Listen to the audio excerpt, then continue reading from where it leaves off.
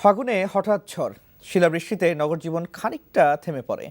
আবহাওয়া অফিস বলছে এটা আগাম কালবৈশাখী, যা আজ আবারও হতে পারে।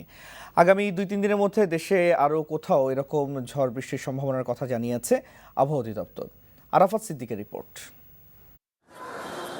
দিনের মধ্যভাগে আকাশ কালো করে অন্ধকার নামে, বোঝা যাচ্ছিল কিছু একটা হবে, কিন্তু তাই বলে এভাবে শিলাবৃষ্টি হবে তা হয়তো অনেকেই ভাবেননি।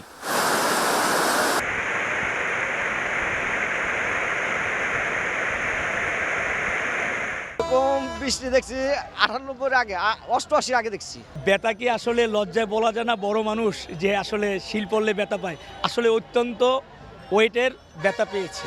শিল এরকম আমার বয়সে আমি দেখি নাই। গত রাতেও বৃষ্টি হয়েছিল। এই ঝড় বৃষ্টি ফাগুনে এলেও আবহাওয়ার ভাষায় এটা হলো কালবৈশাখী ঝড়। শীত এবার কম পড়ায় একটু আগেভাগেই এই ঝড় শুরু হয়ে গেছে। গত 3 দিন আগে আমরা বলেছি যে 24 তারিখে একটা স্পেল আসবে, এটা 1 থেকে 2 দিন কন্টিনিউ করবে। আসলে সেটা সেই রকমই হয়েছে। দেশের বিভিন্ন স্থানে এই ঝড় বয়ে গেছে। বরিশালে 65 কিলোমিটার বেগে ঝড়ো হাওয়া বয়েছে। সর্বোচ্চ বৃষ্টিপাত হয়েছে খুলনায় 22 মিলিমিটার। এই সময় বৈশিষ্ট্য এরকম যে বৃষ্টি হবে, বৃষ্টির সাথে একটু বাতাস থাকবে, আবার তার সাথে একটু ঝড়ো বাতাস থাকবে, আবার অনেক সময় শিলাবৃষ্টি থাকবে। এই সময় সবটাই এরকম। এতে আমের মুকুল সহ ঝরে পড়েছে গাছের পাতা।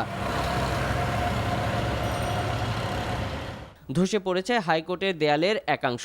এছাড়া বড় কোনো ক্ষয়ক্ষতির খবর পাওয়া যায়নি। Arafat Siddique, NTV news, Dhaka.